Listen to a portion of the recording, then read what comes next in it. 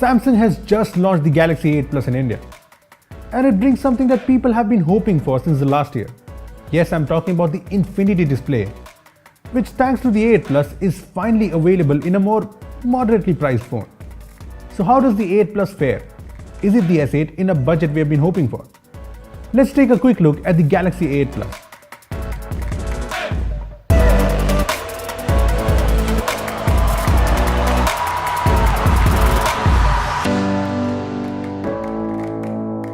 What's up guys, this is Rupesh from Bhagamathie.com and today we have the Galaxy 8 Plus with us.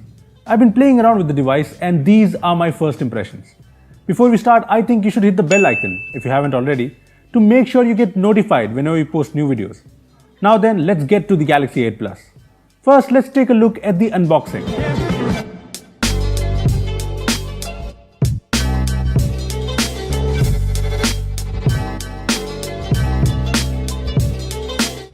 So this is the Galaxy 8 Plus.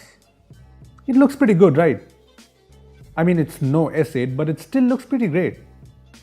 Honestly, when I first took it out of the box, the first thing that came into my mind was that this looks a lot like the LG G6. And I don't mind that. Like the G6, the 8 Plus feels a lot more boxy and solid. I mean, it's the same glass aluminum design from the S8, but this just feels more hefty in the hand. The back is still a fingerprint magnet though. One thing where the 8 Plus is better than the S8 is the fingerprint scanner placement. I mean, I love the S8, but its fingerprint scanner placement is just so annoying. The scanner on the 8 Plus is located below the camera, where my index finger lands perfectly. Plus it helps that the fingerprint scanner is fast. I also like the fact that the 8 Plus has the headphone jack. I mean, screw courage, I'm happy with the headphone jack. Other than that, there's the USB-C port, dual SIM card slots and an additional microSD card slot. Yeah, no hybrid this time. There's no Bixby button, which is good or bad depending on whether you like Bixby. Then there's the beautiful and huge 6-inch Full HD Plus Super AMOLED display. Now we all know that Samsung makes some great AMOLED displays, and this one's no different. The 8 Plus display offers the deep blacks and vibrant colors we expect from AMOLED panels.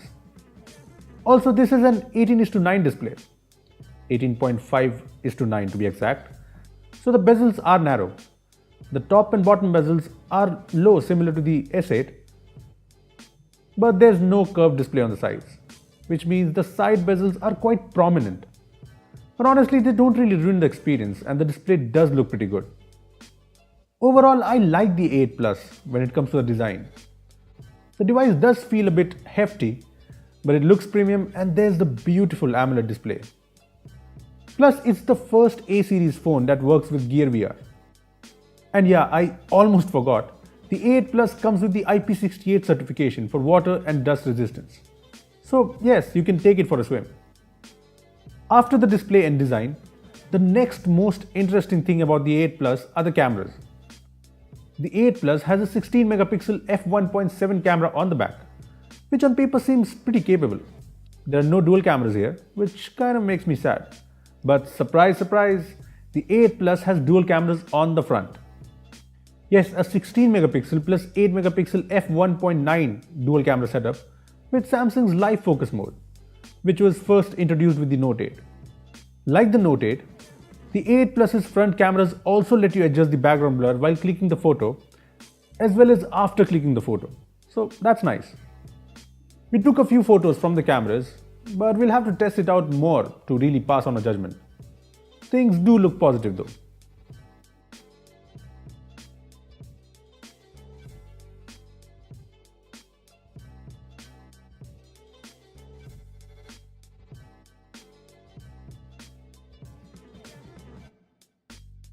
Under the hood, the 8 Plus has Samsung's very own Exynos 7885 octa-core processor with 6 gigs of RAM. The Exynos 7885 might not be the best Exynos chipset, but it certainly is a pretty capable processor. And thanks to it, the 8 Plus comes with Bluetooth 5.0, which is certainly nice to have. Having said that, I have my concerns around the performance. Don't get me wrong, at the moment, the 8 Plus is working like a high-end phone should. But my experience with Samsung devices hasn't been great when it comes to performance. Heck, even the S8 started lagging after a few months, and that has the higher end Exynos 8895 or the Snapdragon 835 processor. Well, we will be testing out the 8 Plus thoroughly, so we should get a better idea. I do hope that Samsung has optimized the software better on the 8 Plus, because the software is pretty much the same Samsung Experience UI that we first saw on the S8. It's not Oreo, instead the 8 Plus has Android 7.1 Nougat, and it brings the ton of features we associate from Samsung devices. There's the Bixby page, Bixby Vision, there's no Bixby voice, which is kind of weird.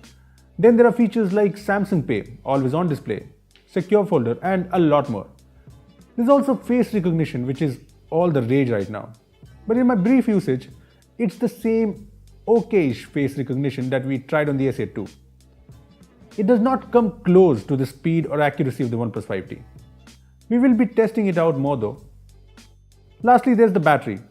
A 3500 mAh battery powers the Galaxy 8 Plus, so the battery life should be decent enough.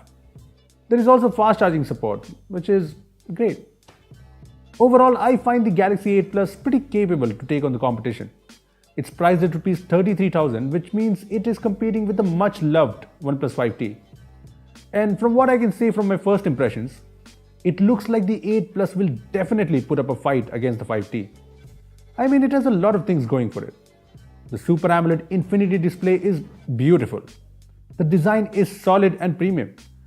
And it has the IP68 water and dust resistance rating. I would have liked dual cameras on the back, but they are on the front, which can be a good thing or bad depending on your selfie game. Apart from that, the 8 Plus brings some great Samsung exclusive features. And while I'm skeptic about the performance, things look good, at least on paper. Well, we will be testing out the 8 Plus in the next few days, so stay tuned for a more in-depth look on the Galaxy 8 Plus, where we'll also put it against the 5T. Well, those were our thoughts on the Galaxy 8 Plus. What do you think? Will the Galaxy 8 Plus be able to take on the OnePlus 5T? Let us know in the comment section below. Also, give this video a thumbs up and share it with your friends if you enjoyed it. Lastly, subscribe to our channel for more amazing tech videos. Well, that's me signing off. Thanks for watching, and I will see you in the next one.